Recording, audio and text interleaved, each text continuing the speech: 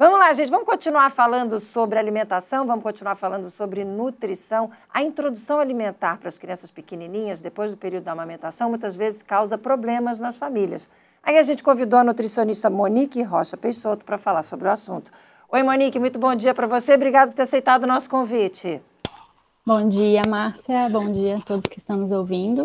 Eu que agradeço o convite. É um prazer estar aqui hoje. O que você percebe? Quais as maiores dificuldades de uma família para a questão da introdução alimentar? Olha, Márcia, eu acho que a maior dificuldade que a gente observa hoje é a questão da organização da rotina alimentar dessa família, né? Então, isso é uma coisa, inclusive, que com a pandemia afetou até quem não tem filhos, né? Porque essa história do home office, a gente acaba comendo muito em casa, coisa que a gente não estava acostumado a fazer antes, né? Quando eu trabalhava fora de casa, comia na rua. E agora essa necessidade de cozinhar, de comer em casa, tem feito as pessoas ficarem um pouco aí confusas na parte da rotina alimentar. E quando a gente tem criança, isso é um pouquinho mais complicado, né? Porque a gente já tem todas as tarefas da casa, que não são poucas, né? E aí quando você tem uma criança, um bebê, que demanda muito da sua atenção, acaba que falta tempo para tudo. E quando essa criança começa a comer, aí sim a gente percebe que os pais, eles ficam muito preocupados com a alimentação desse bebê, dessa criança, querem fazer uma alimentação saudável, é claro, né? Só que daí falta tempo, né? O tempo que já era pouco, agora fica pior ainda. E nessas horas as famílias acabam ficando muito, muito confusas mesmo. Dicas práticas, então.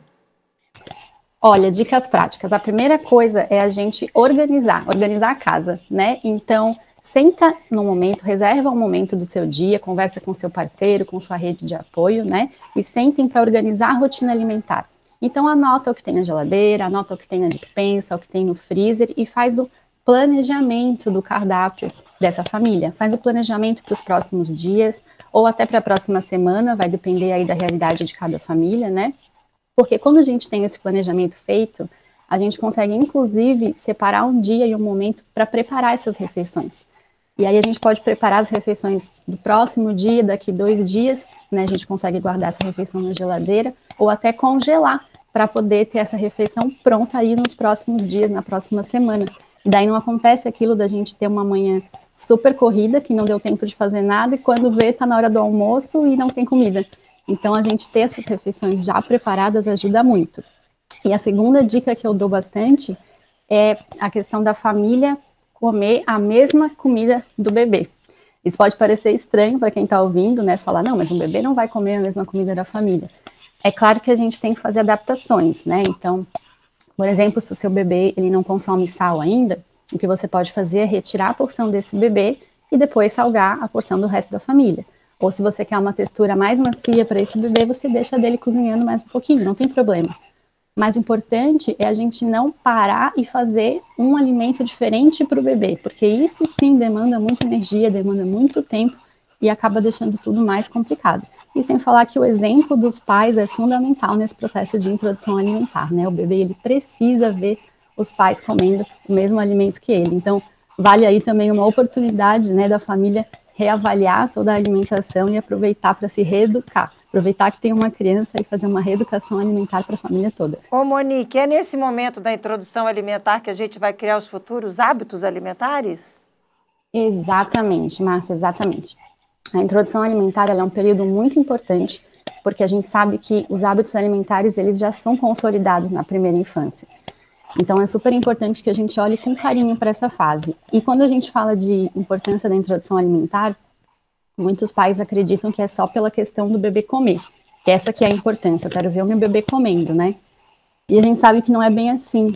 E que isso, inclusive, essa mentalidade pode atrapalhar o processo de introdução alimentar, né? Porque, pensem comigo aqui, né? Então, um bebê que está há 6 meses, né? Que é o tempo que a gente recomenda, ele está há 6 meses que só conhece o leite como um alimento. Tanto o leite materno quanto a fórmula infantil. Tudo que ele conhece como alimento é o leite.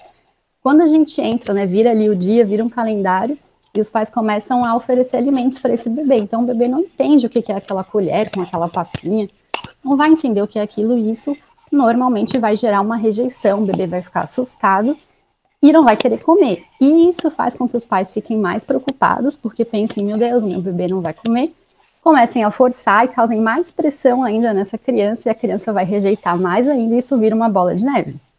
Então, a gente tem que cuidar muito com esse momento. O que a gente faz? A gente tem que tratar esse bebê com mais respeito, com empatia, né? Então, a gente precisa fazer esse bebê ter segurança com esses alimentos, com esse momento da refeição. Então, a gente tem que dar autonomia para ele, tem que deixar ele ter contato com esses alimentos.